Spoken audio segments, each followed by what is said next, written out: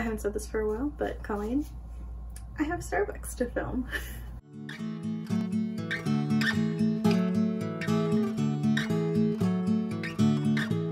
Hello everybody and welcome back to my channel. Today I'm going to be going back to my first ever video I ever filmed for this channel, the It's Finally Fall book tag. So today, the day you guys are going to be seeing this, is September 5th and it is the 2-year anniversary of my start to booktube. I started this channel with a fall tag that I'm going to be doing again today just to reminisce. I wanted to do it anyway and then I remembered what day it was and I got very excited because it's been 2 years. I can't quite believe that. I'm very excited about it. I'm very excited that I'm still doing it and still loving it, and I'm excited to see how my answers have changed for this tag again as well. It's been 2 years. It's been quite a journey. I've graduated from 2 different programs now since then, and which is insane. But I'm definitely a different person, so I wonder if the books are and my answers are going to be any different as well. I have my extremely basic pumpkin spice latte, but I don't care how basic it is, I enjoy it, and that means it's valid and I love it so much. It makes me very happy. And I'm ready to get into this tag. So the first question is, in fall the air is crisp and clear, name a book with a vivid setting. For this answer I have chosen We Hunt the Flame by Hafsa Faisal. This is an incredible fantasy novel that I am just obsessed with. I read this book pretty much in one go last summer and I absolutely adored it. This book tells the story of Zafira, who is a huntress. She is known as a kind of folklore kind of character. She's a legend. She is just completely, she's an anonymous huntress that feeds her little village. Nobody knows that she's a girl, let alone that she's a huntress, and she's one of the few people that is able to venture into this wooded forest called the Ars, which is a dangerous and almost magical kind of forest that is incredibly perilous to go through. Zafira is sent on a mission by her sultan to retrieve this lost magical artifact in order to bring magic back to her kingdom, and what she doesn't realize is that the Prince Nasir is also a hidden assassin, and he was sent by his terrifying father into the woods to also claim the artifact and kill the hunter. These two are set on a whirlwind adventure and it's just incredible. The world of the Ars is just so vivid and so creepy and mystical and terrifying, and like, for whatever reason it reminds me of like the jungle in Jumanji. I don't know why, but it was such a vivid read and an absolute pleasure to read. The new sequel is coming out in January, We Free the Stars, which is the end of this duology, and it's one of my most anticipated books of next year. I absolutely can't wait to see how this ends. Question number 2, nature is beautiful but also dying. Name a book that is beautifully written but deals with heavy topics such as grief or loss. For this I've chosen The Poet X by Elizabeth Acevedo. I don't have a physical copy of this because I listened to it on audio, which I highly recommend for all of Elizabeth Acevedo's novels. This is a novel written in verse and it was her debut. It tells the story of Ziamata, who is a teenager at the beginning of this story. She's in 10th grade and she is an aspiring poet. She is deeply conflicted with her love of poetry and her desire to be a young child, especially growing up with such a very overtly and strictly religious mother. This book is absolutely gorgeously written. It is such a pleasure to listen to, especially when you listen to the audiobook, because Elizabeth Acevedo actually narrates all of her own audiobooks. I listened to this in one go and it just broke me. The topics that are breached are very personal and very deep, but they're very necessary and very, like, I don't want to say cathartic, but like, it was a really beautiful experience listening to her talk about it. Ziamata was such an interesting character and I absolutely adored her. I wanted to protect her at all costs. And it was just a gorgeous read and I really think everybody should give it a listen. Question number 3, fall is back to school season. Name a nonfiction book that taught you something new. For this I'm going with a book that I read for my Writing Land and Place class that I took over the summer, and that is Braiding Sweetgrass by Robin Kimmerer. Robin Kimmerer is an Indigenous woman and also a botanist, a scientist, and a writer. She is a member of the Citizen Potawatomi Nation, and this book is an exploration into nature and working with nature as a like willing partner rather than just looking at it as a resource. Subtitle to this book is Indigenous Wisdom, Scientific Knowledge and the Teachings of Plants. This book was incredible. I really enjoyed it. It's on Indigo's like bestseller list page. If you wanted to go take a look at it, it's often on sale there, and I highly recommend anybody pick it up. This book is such an interesting look into eco-criticism and environmentalism. It takes a look at actual Indigenous knowledge and Indigenous relationships with the world around us, and it uses that knowledge in order to help come up with a better way to treat the world as less of just a resource to be taken from and more of a entity that needs reciprocation. So rather than just taking from, you have to give something to the land in order to get something back. It was beautifully written, and it was I flew through it. It was such a quick read for me, but I absolutely adored it. Me and one of my friends have been using it in like every essay that we've written since we read the book. I highly recommend it if you're interested in the environment and finding out different ways that we can help it rather than hinder it. Question number 4. In order to keep warm, it's good to spend some time with the people we love. Name a fictional family, household, or friend group that you'd like to be a part of. For this, I've decided that I would love to be a part of Camp Half-Blood from the Percy Jackson and the Olympians series. I know this isn't Percy Jackson and the Olympians. I've picked up to show you the first book in the Trials of Apollo series, which is the second sequel series to Percy Jackson. And that's because I think all of the characters so far in the Percy Jackson series are fantastic, and I want to know all of them, not just the ones from Camp Half-Blood. The Percy Jackson series is a wonderful middle grade series that most people probably know of already that tells the story of Percy Jackson, who, as a 12-year-old boy, finds out that he is actually the son of the Greek god Poseidon and gets taken to a place called Camp Half-Blood. Camp Half-Blood is a place where the children of the gods, even in the present day, go to in the summertime in order to keep safe from different mythical creatures and monsters.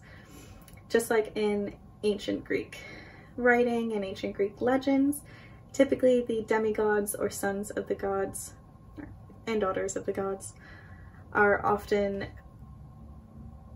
targets of mythical creatures and get themselves into a lot of danger. And this hasn't changed even from ancient Greece to the modern day. So Camp Half-Blood was created by the gods and is a refuge for their children. There they learn about different skills needed to survive in the world once they are of age, and it also is a place where they go on quests in order to help out their godly parents. This is one of my favorite found family stories, and I absolutely adore all of the characters. I love the main trio of Percy, Annabeth, and Grover, and I think all of the characters, even in the subsequent Heroes of Olympus series and the Trials of Apollo series, just have very special places in my heart. There's so many characters that I couldn't even start listing them off, but it's just such a wonderful little group of friends that help each other, support each other, and just are such a fun little group that I'd love to be a part of. Question number 5. The colorful leaves are piling up on the ground. Show us a pile of fall-colored spines. Okay, this should be fun. I think this should do it. So in order, I have Wind Witch by Susan Dennard, Fire the Orange Tree by Samantha Shannon, Mexican Gothic by Sylvia Moreno Garcia, Vanishing Stare by Maureen Johnson, With the Fire on High by Elizabeth Acevedo, and Circe by Madeline Miller. I highly recommend all of these books. I was realizing how weak I am trying to hold up that stack with one arm. It did not go well. Question number 6. Fall is the perfect time for some storytelling by the fireside. Share a book wherein somebody is telling a story. For this, I also don't have a physical copy because, again, I listened to it on audiobook, but I am choosing The 7 Husbands of Evelyn Hugo by Taylor Jenkins Reid. I listened to this book back at the beginning of spring and I absolutely adored it. The audiobook is a great way to listen to it as well, simply because it is a frame narrative. It is the story of Evelyn's life and her past husbands, told by her to a journalist. This story was incredible. I absolutely adored it. It spanned Evelyn Hugo, who is this famous Hollywood actress from like the golden age of Hollywood, who is in her 70s, I believe, at the beginning of the story. She was a Hollywood starlet and she never told her story to anybody. And this is the first time in the present day where she is actually willing to sit down for an interview and give the details of her life, and specifically the 7 infamous husbands that she went through during her lifetime. This story is incredible. It's got a wonderful twist to it that I didn't expect. It made me feel really excited and really enjoyed the story a bit more from it, I believe. But it was a really interesting tale going back into such an old, like, idealized time, I believe, in Hollywood's history, which is unfortunate because a lot of Hollywood starlets were not treated very well during that time, and producers were not the best types of people. It really goes into those different stories of how people were taken advantage of and how the Hollywood lifestyle was not as popular and, like, was not what it seemed. And Evelyn is such an interesting character to hear from. I wouldn't call her a hero. I'd even go so far as I call her a bit of an anti-hero, just because she's not perfect. She's not pleasant even at some points. She's just a very blunt and a very, she's not the nicest of people, but I really enjoyed hearing her story, and I really thought the story was really creative, and I think the frame narrative really helped in my enjoyment of the story. The audiobook was brilliant. It had two narrators, one who was the journalist and one that was Evelyn Hugo's past self, I guess, and I absolutely adored it. If you can give it a listen, I'd highly recommend it. I'm not a big audio fan, but this was definitely one to listen to. Question number 7. The nights are getting darker. Share a creepy, dark read. This one I literally finished 2 hours ago in my bathtub. I should say started and finished 2 hours ago in my bathtub. I literally picked this up at 10:30 this morning and I finished it at 2:30 in the afternoon. So I mean, there's a reason I'm talking about it already, and that is When No One Is Watching by Alyssa Cole. This is a new release by Alyssa Cole. This tells the story of Sydney, who has just moved back home to care for her mother in Brooklyn, specifically the neighborhood of Clifford Place, which is an area full of those iconic Brooklyn brownstones, and is quickly feeling the effects of gentrification. This is a thriller, and it was thrilling. I was glued to it, if you couldn't tell from my I read it in one sitting type intro to this book, but it was incredible. This book was terrifying. It is blurbed as Rear Window meets Get Out in this gripping thriller from a critically acclaimed and New York Times notable author, in which the gentrification of a Brooklyn neighborhood takes on a sinister new meaning. And oh my god, they need it. This story was so captivating. Sydney was such a great character. I think I love her a little bit. She doesn't take anybody's shit. She is just very fed up with the way her neighborhood is changing so quickly, so rapidly, and for so many horrid reasons. It really is a great look into the world of gentrification and its effects on small communities such as hers. If you've never really read anything on gentrification, I highly recommend you pick this up because this is such an eye-opening read. It is just insane. It makes me sad that I'm drinking a Starbucks right now, is what it really is. But I just absolutely adored this. It was terrifying at moments, my god. Some of the things that happened in this were absolutely twisted, and it really makes me want to go and watch Get Out, is what it really is. It was absolutely creepy. It was absolutely terrifying. It was a perfect thriller to read for this time of year. It takes place in autumn, and it just, oh, it's creepy. I think this is one of the best thrillers I've read in a long time. I gave it 5 out of 5 stars, and I think everybody needs to go read it right now. Question number 8. The days are getting colder. Name a short, heartwarming read that could warm up somebody's cold and rainy day. For this, I'm going to go with Take a Hint, Danny Brown by Talia Hibbert.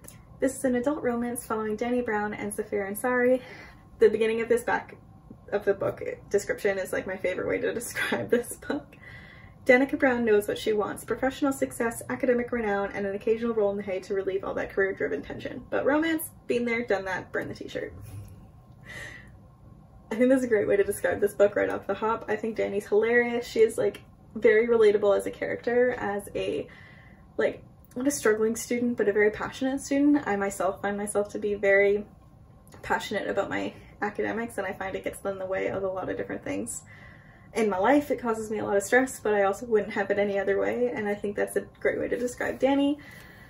She's a English literature and feminist studies researcher, which also makes me very happy because that's what I want to do my PhD on as well. This tells the story of her and her relationship with Zafir Ansari, who is a retired rugby player and a security guard at her school that she works at. Two of them get involved in a misunderstanding on a video gone viral where it shows Zafir rescuing, seemingly, Danny from a fire alarm drill gone bad at her school, and the video goes viral and the hashtag Dr. Rugby becomes trending. Zafir wants to use all the publicity to boost up his non-profit organization, give it some of the publicity it desperately needs, and Danny's hoping that throughout the course of this fake dating situation, she can actually seduce Zafir. I love this book so much. I also read this in one day. I absolutely adored it. It was such a great read. I flew through it. It's not like particularly short. It's short for me. It's less than 400 pages, which I consider to be short. But it's a very quick read.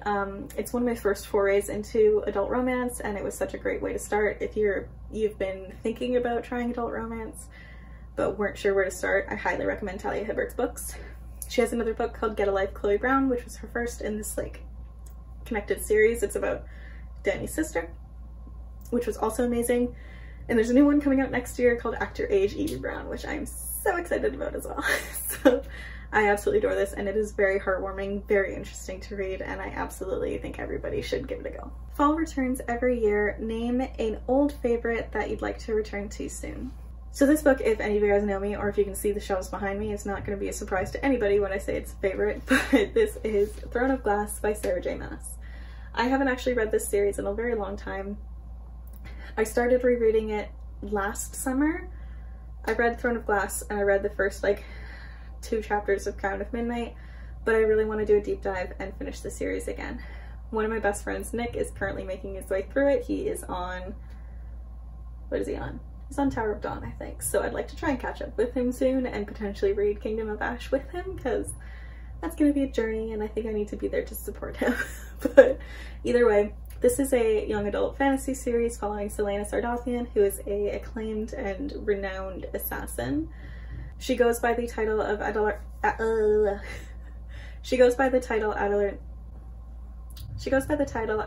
assassin, and nobody realizes that that the assassin is an 18-year-old girl, but she is known as the best one in this entire world.